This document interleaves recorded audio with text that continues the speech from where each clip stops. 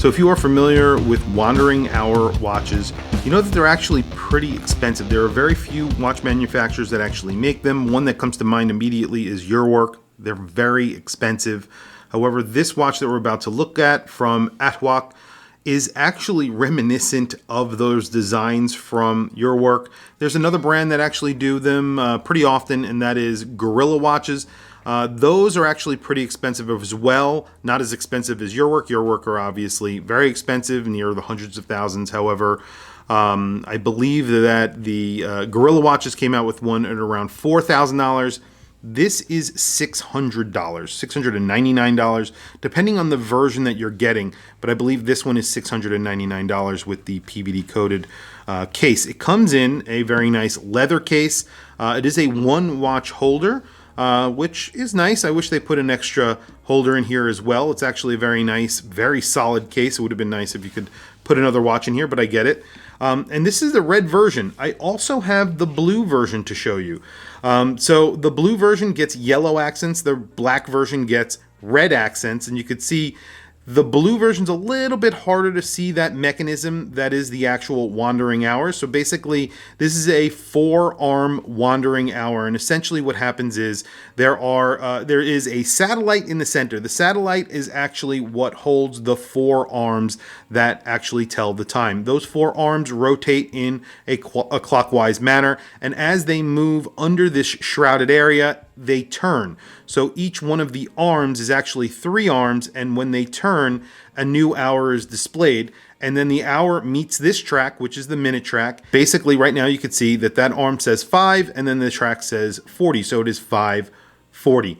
Very easy to tell the time, and actually a very complicated way of doing it, which is kind of cool. And that's why it's pretty popular. So as I mentioned, this is the black version with the red accents. I was sent this watch to keep. I do not get compensated in any other way. However, I do get to keep this watch. I also have that blue version to show you guys. I have to send that back, but I do have 2 of them here to show you. And this is the black version, black PVD all around the entire case.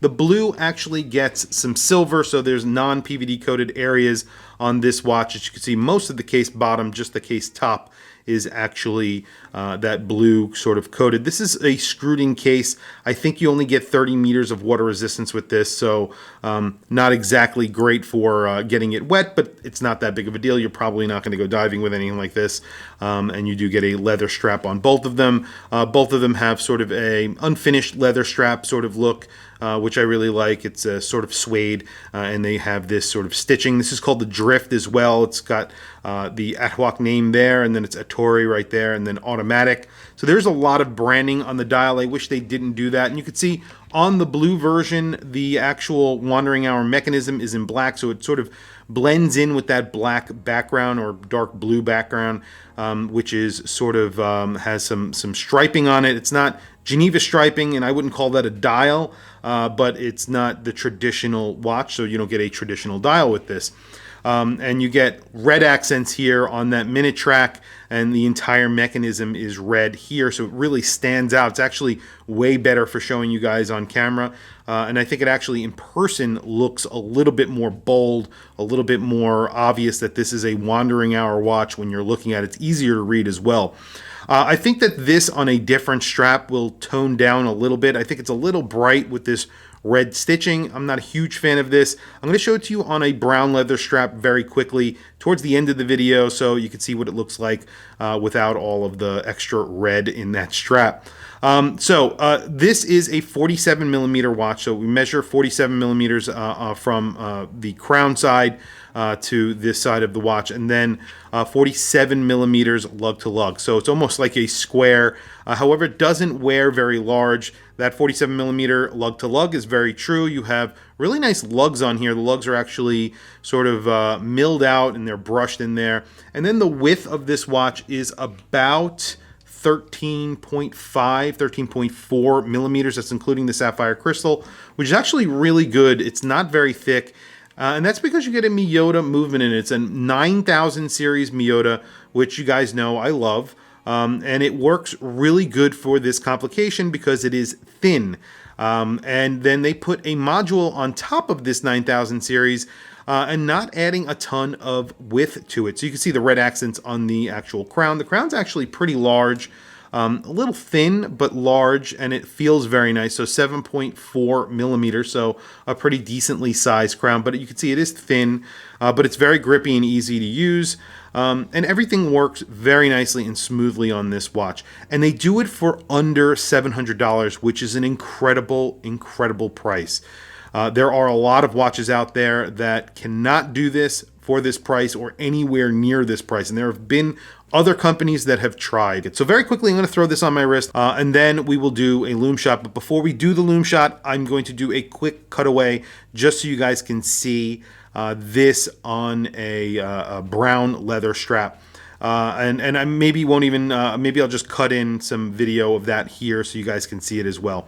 But anyway, very quickly, I'll show you what I have on my wrist and then we'll do a loom shot. Today I am wearing my Accutron. This is my Accutron VX, a watch that I have not done a review on yet, but I will be doing very soon. I'm going to be doing an unboxing and a review. Just a really cool watch that I got for like 250 bucks. Guys, this is a pretty crazy watch for 250 bucks. Of course, it's a vintage watch. This is from the, I believe, the early 2000s, so not available currently, but a very good, used market value, I would say. And here is the Ettore on my 7.5 inch wrist. You can see it wears really nicely. It does not wear like a 47 millimeter because of that 47 millimeter lug width. So it doesn't really hang over anywhere on the extremities of my wrist. However, it is a wide watch and it is 47 millimeters, but it doesn't wear like that. And it's really a statement piece. It's very, very different. And it is a wandering hour. So you have a really cool wandering hour mechanism on your wrist. It looks like something a lot more expensive than it actually is. It is powered by a 9 series or 9000 series Miyota movement, and that's the reason why they could do it for a good price. And the fact that they've done it is awesome, and I wish that more brands do this because I really love wandering hours. I think this looks cool, and as they become more and more affordable, it's something definitely that you might want to pick up for your collection. Anyway, like I said, the only qualms that I have with this watch are, so far, is the over-branding. I think there's a little too much branding on here. And then there's the lack of seconds. So I do like to have a running seconds on my watch, and unfortunately this watch does not have that. And the only problem with that is that, when you look at your watch, you want to know that it's running. You're going to have to turn over your watch to see that the watch is actually running. I like to have a running seconds, and there are plenty of watches out there that do this complication that don't have a running seconds, and I would not be too happy about that either. However, since this is a more affordable version of a wandering hour, it's forgivable. I wish that they put some sort of little seconds, moving seconds here somewhere. Even if that disc right there, maybe that moved, that would have been cool. And that's what I was hoping for, but I understand it. Very quickly, I'm going to do a loom shot. I'll include both watches, the blue and the black, in the loom shot so you guys can see. So you could decide if you're trying to decide between these two colorways. We'll do a quick loom shot and then we will wrap up the video. So here it is. The loom on the blue is a little bit better than the one on the black and red. And I'm not sure why that is, because it looks like they have the same printing, but maybe they're using something a little bit different because this is in a red color, and it's glowing sort of a bluish, whitish color. This is probably BGW9, which is sort of that greenish hue. Which definitely works, and it looks like it's a little bit brighter. Definitely on the case is brighter. The hands look about equivalent, and then it's the minute track that's actually brighter on the blue. But they did a pretty good job here. I think that they've actually loomed everything. It's not terrible. A little bit more loom would have been nice. Maybe if they loomed something in the background, would have lit up the whole entire case a little bit, because there's a lot of dimensions to this dial. That would have been really cool as well, but I'm not disappointed. I think they did a pretty decent job with the loom, which is good. And definitely, like I said, those hands look really good. The only problem with the wandering hour also is that anything that is shrouded right now will not be loomed. So as you actually move the watch hands, obviously you will see the loom is not going to be lit up on the part that was actually covered. Now you could see once I light this up, everything is loomed. It's just not going to be loomed because of the fact that it's being covered. Anyway, awesome watches, really awesome price, really well made actually, very nicely made. Nothing that's going to blow your socks off, but really nice for the price, $699. They're on Kickstarter right now. This is pretty damn good. It's a really cool watch. It's a good looking watch. And the loom is actually pretty cool on it as well. So it's definitely a statement piece. It's not your everyday watch. It's something that you're going to be wearing, you know, I don't know, when you're going out with watch people who are going to be, wow, you're wearing a wandering hour? That's pretty cool. How much did you pay for that? And you have to tell them, you know, I didn't pay that much. It was only $699. It's pretty cool. I think the price is going to go up on this eventually after the Kickstarter. I think they're going to probably want over $1,000. If you're going to get one now. I think that's the best way to do it with these things.